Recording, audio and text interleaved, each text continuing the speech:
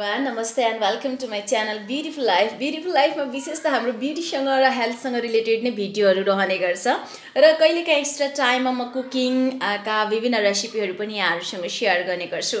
आज म तपाईहरुलाई अलिकति एक्स्ट्रा हुन सक्छ यो जाडोमा मकर संक्रान्तिमा भेजिटेरियनहरु हुनुहुन्छ भने यहाँलाई एकदमै मिठो एक्स्ट्रा खाना हुन सक्छ। टमाटो राइस, टमाटोमा भात पकाउने तरिका यति धेरै स्वादिलो हुन्छ। हजुरले एकपटक बनाएर खानुस्, हजुरको मुखमै झुन्डिन्छ। सो आउनुस् यसलाई बनाउने तरिका कसरी बनाउन सक्नुहुन्छ यसलाई म यहाँलाई फटाफट देखाउँदै छु। मन परे भने लाइक तथा शेयर गरिदिनु होला, मेरो च्यानललाई सब्स्क्राइब गर्न नबिर्सनु होला। आउनुस् सबैभन्दा सुरुमा हामी टमाटो जुन लिएका छौं यो टमाटोलाई चाहिँ राम्रोसँग हामीले पखालेर लिएका छौं र पखालिसकेपछि पनि टमाटोमा एकदमै धेरै अचेल चाहिँ तपाईको विषादीहरू हुने गर्छ। सो यसलाई नुन पानीमा सक्नुहुन्छ बेलुकै डुबाएर राख्नुस् हैन। बिहान खाने टमाटो बेलुका डुबाएर राख्नुस्, बेलुका खाने टमाटो बिहान डुबाएर राख्नुस् र सक्नुहुन्न भने पनि यसरी पकाउनु अगाडि नुन पानीमा राम्रोसँग यसलाई चाहिँ डिप गरेर पखाल्नुस् र पखालिसकेपछि हजुरले यसलाई काट्न सक्नुहुन्छ। हामीले पनि यसलाई राम्रोसँग पखालेका छौं र पखालिसकेपछि चाहिँ म यसलाई काट्दै छु र यसलाई मसिनो गरेर काट्नुस्। सबैभन्दा पहिले यसलाई मसिनो गरेर काटिसकेपछि हजुरले यसलाई चाहिँ बनाउन सक्नुहुन्छ। सो सबैभन्दा पहिले हामी टमाटोलाई मसिनो गरेर काट्दै छौं। म बिरामी भएको चाहिँ मेरो टाइफाइड चाहिँ मेरो हातमा यस्तो देख्नुभयो भने माइन्ड नगर्नु होला। टाइफाइड भइरहेछ मलाई। म यो खादिन, जस्ट घरको लागि हो, सुई हानिरहेछ त्यो भएर चाहिँ। र यसलाई हजुरले मसिनो गरेर यसरी काटिदिनुस्। छोरी मान्छेको यही त प्रब्लम हो हैन, कि बिरामी भए पनि पकाएर खानुपर्छ। Okay, thank you so much. यसरी हजुरले टमाटोलाई सबैभन्दा पहिले मसिनो गरेर काट्नुस्। म यसरी नै सबै टमाटोहरुलाई चाहिँ मसिनो गरेर काट्दै छु। यसलाई म सुई काट्न सक्थे तर यो मेरो यो म प्राय चुलेसी चलाउँछु र यो चक्कु चाहिँ अलिकति लाग्ने छैन है, त्यही भएर मलाई थोरै र यसरी हजुरले टमाटो जति छ मैले 5 वटा टमाटो लिएको छु यति राइसको लागि। सो हजुरले पनि यसरी नै टमाटो पहिला मसिनो गरेर काटिदिनुस्। टमाटोलाई काटिसकेको छु। सो आउनुस् अब म तपाईलाई यसलाई चाहिने सामग्रीहरुको बारेमा थोरै जानकारी दिँदै छु। सबैभन्दा पहिले मसिनो गरी यसरी नै काटेको टमाटो, त्यस्तै गरेर यो रहेको छ धोएर राखेको चामल, त्यस्तै मैले लिएको छु यो रहेको छ हरियो मटर, केराउ रहेको छ। हजुरले यसमा यस्तो बिन्सहरु पनि हाल्न सक्नुहुन्छ। हजुरहरुलाई अरु सब्जीहरु मन पर्छ भने पनि मिक्स गर्न सक्नुहुन्छ। काटेको धनिया, हरियो धनिया रहेको छ, टर्मरिक पाउडर, बेसार, त्यस्तै गरेर यो चाहिँ खुर्सानीको धुलो रहेको छ। यो लसुनको पेस्ट मैले बनाएको छु हल्का मात्रै यसलाई चाहिँ कुटेर, त्यस्तै गरेर यो अदुवाको पेस्ट र यो पड्काउनको लागि जिरा रहेको छ।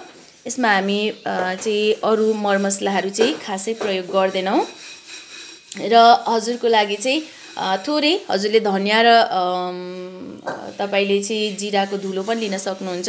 मसला हजुरलाई मन पर्छ भने, नत्र यो यतिमै पनि मिठो हुन्छ र टमाटोमा चाहिँ ग्रेभी बनाउने भएकोले थोरै हजुरले मसला पनि यसमा चाहिँ युज गर्न सक्नुहुन्छ।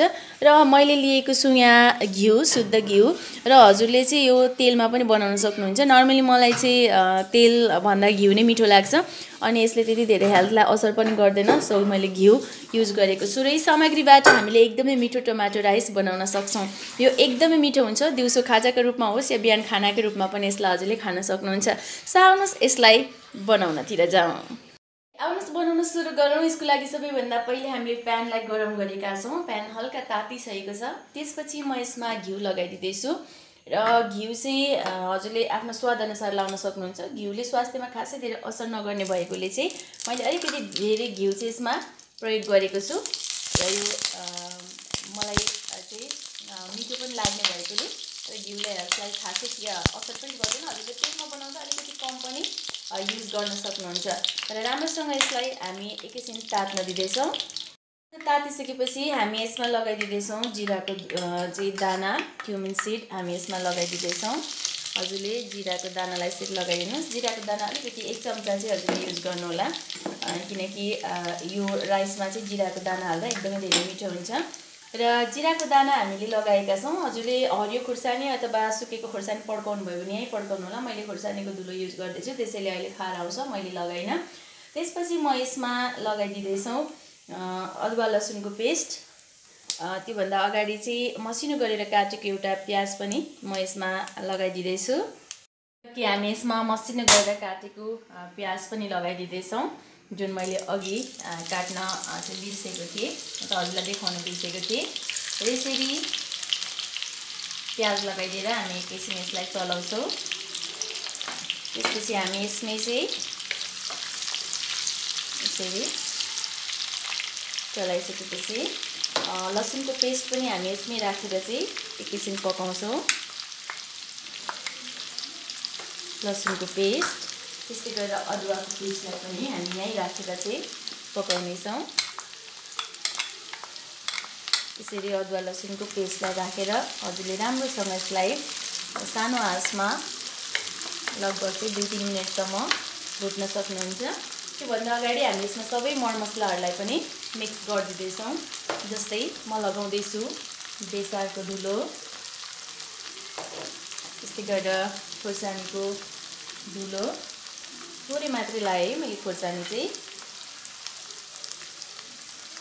खोर्सानीको धुलो र नुन म एकैछिनमा लगाउनेछु, किनकि नुन टमाटो लगाइसकेपछि खाना कति छ त्यही अनुसार लगाउँदाखेरि चाहिँ राम्रो हुन्छ।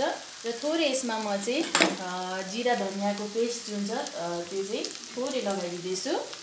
थोरै मसलामै लगाएर 2 मिनटसम्म हामी यसलाई भुट्न सक्छौँ। र यसरी राम्रोसँग यसलाई यसरी भुटिसकेपछि हजुरले चाहिँ अगाडिको प्रोसेस गर्नुपर्ने हुन्छ। हामी यसलाई राम्रोसँग 2 मिनट भुट्दैछौँ। राम्रोसँग 2 मिनट भुटेका छौँ। अब पनि हामी यसमा हामीले काटेर राखेको, मसिनो गरेर काटेर राखेको टमाटोलाई लगाइदिँदैछौँ। टमाटो राखेर राम्रोसँग चलाउनुहोस् र अन्दाजी हजुरले चामल र टमाटो कति छ त्यही अनुसार अन्दाज गरेर नुन पनि चाहिँ हाल्न सक्नुहुन्छ। र धेरै चर्को हुन्छ बरु है, त्यही भएर चाहिँ ठिक्क नुन लगाउनु होला। म यसमा नुन लगाइदिँदैछु। भरे कति पकाउने हो त्यही अनुसारको चाहिँ नुन हाल्नु होला। धेरै चर्को पनि मिठो राम्रो हुन्न हैन। र यसलाई राम्रोसँग यसरी चलाइदिनुहोस्। र यसरी राम्रोसँग चलाइदिसकेपछि यसलाई हामी चाहिँ 10 मिनटसम्म छोपेर पकाउनेछौँ। हजुरले पनि यसरी नै 10 मिनट छोपेर पकाउनु होला। यसलाई छोपेर पकाएको 10 मिनट भइसकेको छ, सो म यसलाई निकाल्दैछु। हेर्नुहोस् त, यो यसरी पाकेको छ। र त्यसपछि यसलाई हजुरले राम्रोसँग चलाएर यो म्यास गरिदिनुहोस् हल्का। यसरी राम्रोसँग हल्का म्यास गरिसकेपछि चाहिँ हजुरले के गर्नुहोस् भने जुन केराउ हामीले राखेका छौँ यसलाई पनि यहीँ राखेर राम्रोसँग चलाइदिनुहोस्। एकदमै मिठो तरकारी पनि बन्छ यसरी नै। हजुरले यसमा अरू आलुहरू हालेर निकालेर यतिकै खान पनि सक्नुहुन्छ। यो केराउ टमाटोको तरकारी हुन्छ, यो एकदमै धेरै मिठो हुन्छ। हजुरले यसरी पनि निकालेर खान सक्नुहुन्छ। आज चाहिँ हामी टमाटो राइस बनाइरहेका छौँ। सो यसमा अब हामी राखिदिँदैछौँ हामीले पखालेर राखेको राइसलाई। र यसरी हजुरले सबै राइस चाहिँ खनाइदिनुहोस् यसमा।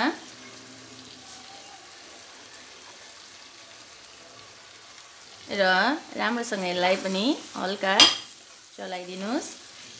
अब हजुरले केही पनि गर्नु पर्दैन। राम्रोसँग यसलाई चलाइदिसकेपछि अब के गर्नुहोस् भने हामीले राइसलाई त पकाउनु पर्यो नि त हैन। त्यही भएर हजुरले यसमा हरियो धनिया पनि लगाइदिनुहोस्।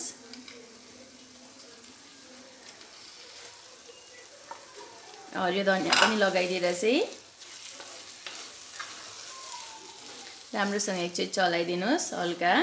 र त्यसपछि हजुरले एउटै मात्रै काम गर्नुहोस्, त्यो भनेको तातो पानी। तातो पानी हजुरले राम्रोसँग यसमा कति राइस छ त्यही अनुसार लगाइदिनुहोस्। फेरि भरे गिलो हुन्छ हैन। ठिक्क हजुरको खाना कति छ त्यही अनुसार राइस लगाइदिनुहोस्। र यसरी राइस लगाइदिएपछि हामीलाई यतिले ठिक्क हाम्रो राइस पाक्छ। र हजुरले यसलाई राम्रोसँग चलाइसकेपछि अब छोपिदिनुहोस्। मैले अलिकति पानी थपेँ र ग्यासको फ्लेम टोटल 0 मा राखिदिनुहोस्।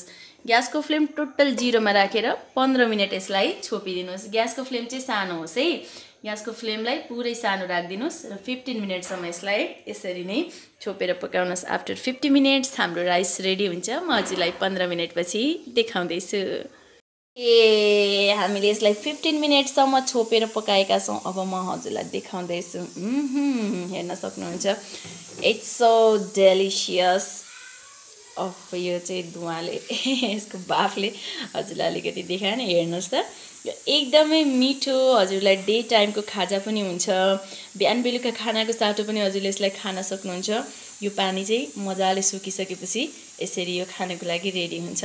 हजुरले पनि यसलाई यसरी नै बनाउन सक्नुहुन्छ, यसरी नै सर्भ गर्न सक्नुहुन्छ। हेर्नुहोस् त कस्तो लाग्यो हजुरलाई। एकपटक बनाएर मात्र होइन, खाएर पनि ट्राई गर्नु होला र हजुरले हेर्ने मात्र होइन, बनाउनु होला है। एकदम इजी छ बनाउनुको लागि। आफ्नो बेबीहरूलाई हेल्दी खाना पनि हुन्छ यो। एकचोटि बनाएर दिनुहोस्, मिठो मानेर खानुहुनेछ, किनकि यो साँच्चीकै टेस्टी हुन्छ, साँच्चीकै मिठो हुन्छ। सो प्लिज यहाँहरू पनि ट्राई गर्नु होला। यसरी नै टमाटो राइस एक्स्ट्रा रेसिपी हजुरको लागि रहेको छ, यसलाई बनाएर खानु होला, यही आग्रह गर्न चाहन्छु। And thank you so much, thanks for watching. कस्तो लाग्यो भिडियो यहाँलाई? मन पऱ्यो भने लाइक तथा सेयर गरिदिनु होला। मेरो च्यानललाई सब्सक्राइब गर्न नबिर्सनु होला र मेरो टमाटो राइस कस्तो लाग्यो, जस्तो लाग्यो पनि कमेन्ट्स गर्नुहोस्, नो प्रब्लम। हजुरलाई जस्तो लाग्यो पनि कमेन्ट्स गर्न सक्नुहुन्छ। अब एउटा कमेन्ट्स गर्नुहुन्छ होला, प्रजिता बिरामी भएको बेला चाहिँ रेस्ट गरेर बसेको हुन्थ्यो नि, हामीलाई भिडियो हेर्नु छैन भनेर। तर पनि खानु त परिहाल्छ होइन। सो मैले आज खानाको साटो धेरै त बनाउन झ्याउ लाग्यो, अल्छी लाग्यो, अनि यो रेसिपी बनाउँदै थिएँ, सोचे हजुरसँग पनि सेयर गरौँ। सो सेयर गरेको छु। Thanks for watching. मन परे लाइक सेयर गरिदिनु होला। Thank you so much. Bye bye, love you all.